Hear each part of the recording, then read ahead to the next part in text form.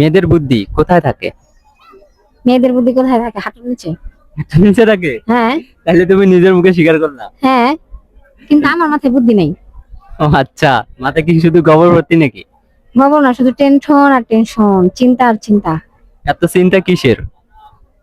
এত চিন্তা কিসের? এখনো বিয়ে হইলো না এর জন্য। এখনো বিয়ে হয় নাই মানে এত সুন্দর একটা মেয়ে এখনো বলে বিয়ে হয় নাই?